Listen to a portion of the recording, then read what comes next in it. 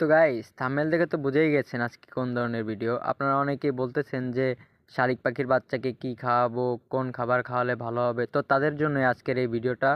তো বন্ধুরা, তুমি কিন্তু ইচ্ছা করলে শালিক পাখিকে চাল খাওয়াতে পারো, ভাত খাওয়াতে পারো, কিন্তু এগুলো খাওয়ানোর ফলে তোমার শালিক পাখির অনেক ধরনের রোগ ধরা দিতে পারে, যেমন কাশ, ঠান্ডা এবং জ্বর সহ ইত্যাদি। তো তোমাদের ক্ষেত্রে যেটা খাওয়ালে ভালো হবে সেটা হচ্ছে ফিড এবং পোকামাকড়। আমার শালিক পাখিকে আমি বেশিরভাগ সময়ই ফিড খাওয়াই, আর আমি এখন ওদেরকে পোকা খাওয়াচ্ছি, কারণ শালিক পাখিকে দিনে একবার হলেও আপনি যদি পারেন তাহলে এগুলো খাওয়াবেন।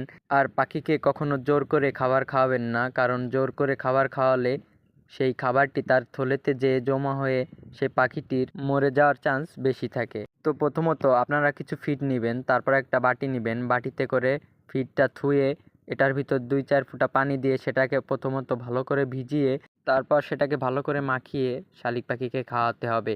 আর দেখবেন শক্ত না থাকে, কারণ বাচ্চা শালিক শক্ত খাবার হজম করতে পারে না। আর আপনি যদি শালিক পাখিটিকে ভালো করে পোষ মানাতে চান তাহলে আপনার বাচ্চা শালিক আনতে হবে, কারণ সে যদি চোখ ফুটে আপনাকে দেখে তাহলে সে আপনাকে মা মনে করবে আর আপনাকে ছেড়ে কোথাও যাবে না। আপনারা দেখতেই পাচ্ছেন আমার শালিক পাখিগুলো কত নিলিবিলি আছে, এবং আমার হাতে নিলে তারা কিছুই করে না, তারা আমার হাতের উপর নিলিবিলি বসে থাকে। তো গাইস, এই ছিল আজকের ভিডিও। আল্লাহ হাফেজ, সবাই ভালো থাকবেন। আর ভিডিওটি ভালো লাগলে একটি সাবস্ক্রাইব করে দিবেন।